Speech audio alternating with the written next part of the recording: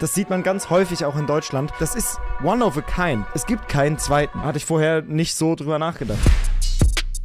Das Ding ist, Mr. Beast hat ja wirklich irgendwie Connection zu so verschiedenen Billionaires. Es haben sich übelst viele so Tech-Leute, riesige Leute aus Silicon Valley und so schon zu Mr. Beast geäußert. Und ich habe ein Video gefunden, das das scheinbar ein bisschen erklärt. Why Billionaires love Mr. Beast. Love sogar in all caps geschrieben, also scheinen die den wirklich zu lieben. Tech billionaires love Mr. Beast. In 2019, Elon Musk donated $1 million to Team Trees.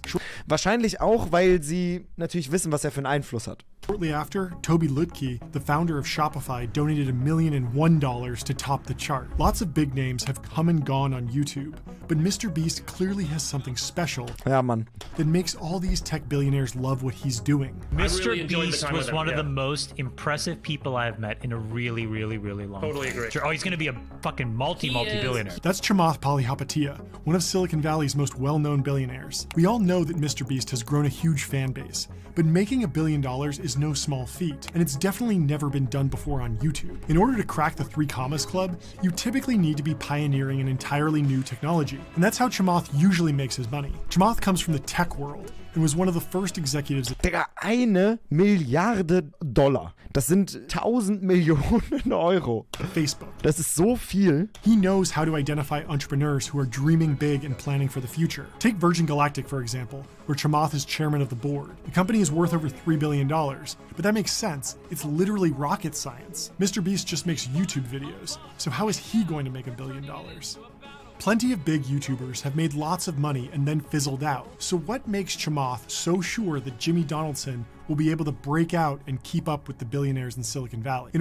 Mir fällt gerade eine Sache ein. Stellt euch mal vor, es geht wieder Richtung Super Bowl. Mr. Beast hat jetzt wirklich nochmal übers letzte Jahr bewiesen, er ist der krasseste Motherfucker Content Creator, den es gerade auf dieser Welt gibt. Er ist der krasseste, er hat mit Abstand die krasseste Reichweite. Der wird wahrscheinlich auch so Face in so Super Bowl Ads, Merch verkaufen bis zum Get-No. Der hat so viele Möglichkeiten, so krass viel Geld zu verdienen. Und der ist 23 oder 24. In order to answer this, I compared Jimmy's operation first to other YouTube channels and then to Ist doch gerade Super Bowl. Echt? popular tech startups. What I found really shocked me, so I boiled down my findings into 3 key takeaways that explain why Mr. Beast is more like a Silicon Valley tech founder than a typical YouTuber. I just kept going and reinvesting, and basically the entire time.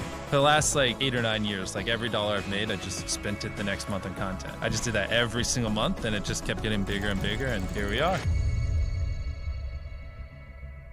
First up, we have to talk raw numbers. Obviously, Jimmy is breaking records left and right on here. He now has 165 million subscribers across all of his channels and broke 20 billion views last year. Those are some pretty staggering. Ja, das ist einfach nur gestört. Der hat seine Videos übersetzt mittlerweile auf 10 verschiedene Sprachen oder so und die Kanäle explodieren sofort. Richtig, richtig krank. Numbers, and they've clearly led to some big paydays from YouTube directly, as well as sponsors. And even the most conservative estimates peg his earnings in the tens of millions of dollars. Everyone knows that big YouTubers can wind up making millions of dollars. The problem is that these earnings typically top out very quickly. Sure, a kid in a living room can become a millionaire before their 20th birthday, but they're never going to build a business that could go public on the NASDAQ. These YouTube channels are fundamentally lifestyle businesses, but Mr. Beast is trying to be the first YouTuber to break out of that mold. His plan starts with continually investing any money he earns into making better and better videos. The first time he got a sponsorship deal for 10 grand,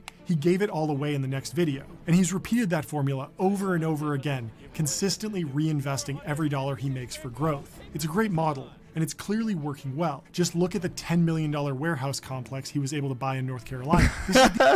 Digga, für 10 Millionen Euro einfach so eine riesige Halle gekauft. The exact mindset that tech founders have when building a startup. They aggressively reinvest in order to capture as much of the market as possible. The name of the game is getting big and building a moat around your business so competitors can't attack you. And that's essentially what Jimmy is doing. He's building a machine for churning out high-budget YouTube videos so that no one will be able to compete with him. But So, wir gucken jetzt mal gemeinsam, wenn ihr es noch nie gesehen habt, seinen Reaction und seinen Gaming-Kanal. Ja, MrBeast Reacts, MrBeast Reacts auf Portugiesisch, MrBeast Reacts auf Russisch, auf Spanisch. Krank. 5,2 Millionen, 15 Millionen, 18 Millionen, 21 Millionen. Das sind seine Gaming-Videos. Reaction. 8,2, 16, 21, 9,9, 11 Reaction-Videos. Das ist einfach, unglaublich. Das ist one of a kind. Es gibt keinen zweiten. It'll look small in comparison to most Silicon Valley businesses. Keep in mind, MrBeast spent $10 million on an entire facility. Facebook makes $10 million every single hour. Successful technology companies are all about scale, and even though Jimmy is incredibly successful by YouTube standards, he just isn't in the same league as typical tech startups. Silicon Valley money is on another level. Just look at the private plane that Chamath purchased for $75 million. That's more than 7 times as expensive as Jimmy's entire studio complex. Jimmy might be courtside seat rich at this point, but Chamath is by the whole team rich. Literally, Chamath owns the Golden State Warriors. But all that ridiculous flexing aside, Chamath clearly knows there's something Klar, da sind nochmal Unterschiede, aber er ist auf dem besten Weg dahin, genau das tun zu können. special going on inside of that studio in North Carolina, even if they aren't bringing in Silicon Valley type money just yet. The question still remains though, if the actual numbers Jimmy is putting up aren't enough to turn heads in the tech world, then why is he getting all this attention? You were making no money, you had very little audience. Yeah, I remember thinking like every day back then, like I'm never gonna be a YouTuber. After like year after year, this is never gonna happen, but yeah. But you still stuck with it. Krank. If you look at his content, you'll see that he perfectly fits the mold of a Silicon Valley tech founder. This is because he's not only extremely hardworking, but he's also incredibly innovative. If you scroll back through his channel, you'll see that he spent years studying what worked and what didn't on YouTube and became obsessed with the platform. Then, once he'd learned the basics of how to make good videos, he started pushing things forward. Some of his first viral videos were completely untested formats that really broke the mold. No one had tried to count to 100,000 before on YouTube, so it stuck out and got a ton of views. This kind of outside-the-box thinking is worshipped in Silicon Valley, so you can see why Chamath would bet on Jimmy. But here's the thing. There are plenty of other weird creators on YouTube making bizarre content, and they aren't getting this much attention, so that can't be it. I'm sure those traits are important, but we all know Er ist einfach, ich weiß nicht, was ich dazu sagen soll. Man kann so viel alleine davon lernen, seine Videos zu gucken. Real Talk, ich gucke eher seine Videos, um zu verstehen, was ihm so viel Klicks bringt und so viel Reichweite und was das so besonders macht, als dass mich juckt, wer da die 1 Million Euro bekommt. what really makes a MrBeast video stand out on YouTube. The giveaways. In pretty much every video, Jimmy is giving away hundreds of thousands of dollars. He's an incredibly charitable individual and has said that no matter how much money he makes, he intends to give it all away. This really makes Jimmy stand out from the crowd on YouTube. So many creators are obsessed with material wealth and just want to buy a fancy car or expensive watch as soon as possible. It's honestly a breath of fresh air to see someone strike it so big on YouTube and still be able to stay humble. But plenty of people in Silicon Valley donate massive amounts of money. In fact, there's even a website called The Giving Pledge where you can see dozens of tech billionaires who've promised to give away more than half of their wealth. It's almost expected at this point that if you make billions of dollars in tech, you're going to give it to charity eventually. Jimmy has donated millions of dollars to charity, but that's just a drop in the bucket by the standards of big tech. So Krank. if it's not his philanthropic efforts that are getting him all this recognition, then what is it? Well, there's actually just one thing that makes MrBeast completely different from every other YouTube creator. He's not actually a creator anymore. Let me explain. In a typical technology company, there are 2 kinds of roles: individual contributors and managers. The individual contributors actually write the code, and the managers just set the strategy. No one expects Elon Musk to assemble all those Teslas by hand. Okay, stimmt. And after all, Elon is a manager, and that's why he's been able to create such a massive company. As a tech company grows, there's often a moment where the founders stop being individual contributors and become managers. Mark Zuckerberg really was writing code in the early days of Facebook, but now he has thousands of software developers working for him, and he can focus entirely on creating a long-term strategy. Most creators on YouTube never make the transition from individual contributor to manager. They just can't figure out how to delegate properly, so they can never achieve truly massive scale. One of Jimmy's closest collaborators is Mark Rober,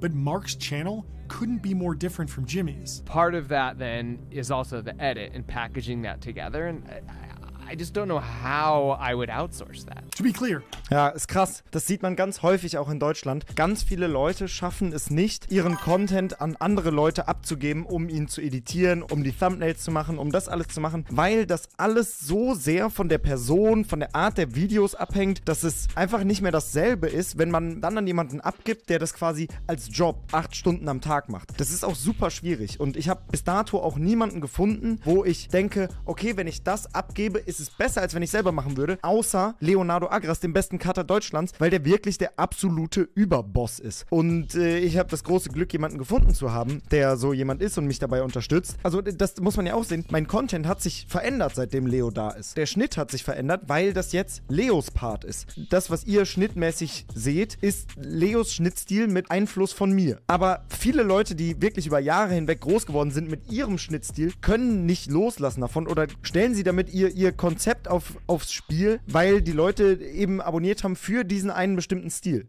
Ja, das ist hart. Und MrBeast hat es ziemlich gut gemacht. I absolutely love Mark Rober's content, and clearly he's doing incredibly well. He's just not thinking about scale in the same way as MrBeast. Over the last year, Mark posted just one new video per month, where MrBeast is now posting dozens of videos across more than 10 different channels, and even channels that are focused on business. Geiler Song im Hintergrund.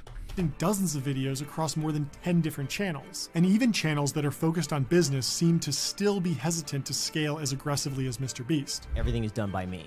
So every word you hear from me is scripted by me. Every topic is picked by me. I film everything myself. Graham Stephan also runs a great channel and makes a fantastic living through YouTube and his related businesses. But he just isn't thinking like a Silicon Valley startup. At least not yet. These are super common beliefs, but they hold creators back from their full potential. MrBeast understands that it's simply impossible for him to do everything himself, so he has to delegate. You know, every YouTuber says it. It's like, no one will ever be able to replicate my style. I gotta edit it. But newsflash, someone can. It's actually not as difficult as you think. And that's the key to scaling a business, becoming a great manager. You'll never be able to learn everything yourself, so you have to delegate. Just look at MrBeast's Squid Game video. He had an entire visual effects team working round the clock to deliver Hollywood-level Krank, ja. results. Das stimmt schon, was sie sagen. Even if Jimmy spent the next 10 years studying visual effects, he'd never be able to create what an experienced team could do. The same can be said for his Spanish language channel. If he insisted on doing everything himself, he would need to learn Spanish and film everything twice, which would slow his entire production down. Instead, he works with a team to dub his existing videos and delegates everything. What makes MrBeast so unique is the fact that he stopped trying to do everything himself and really focused on scaling his team. That's why Chamath and the other tech moguls are betting on Jimmy for the long term. If you like this video, you'll love my analysis of how Squid Game is changing foreign language entertainment, so check it out here. And thanks for watching. Sehr geiles Video. Sehr, sehr geil. Übelst gutes Video, guter Schnitt, guter Ton, gutes Topic. Hat eine Menge Laune gemacht und hat mir tatsächlich auch so ein bisschen die Augen geöffnet. No joke. Hatte ich vorher nicht so drüber nachgedacht. Wenn euch das Video gefallen hat, lasst mir gerne ein Like da und vergesst nicht den Kanal. Es ist Dave, macht immer nur so ein Quatsch und das Community-Buch, Wallah, komm niemals dafür. Ein Mittel gegen Cutter nach dem Aufstehen. Atelier wird Büro für die Cutter und zum Aufnehmen.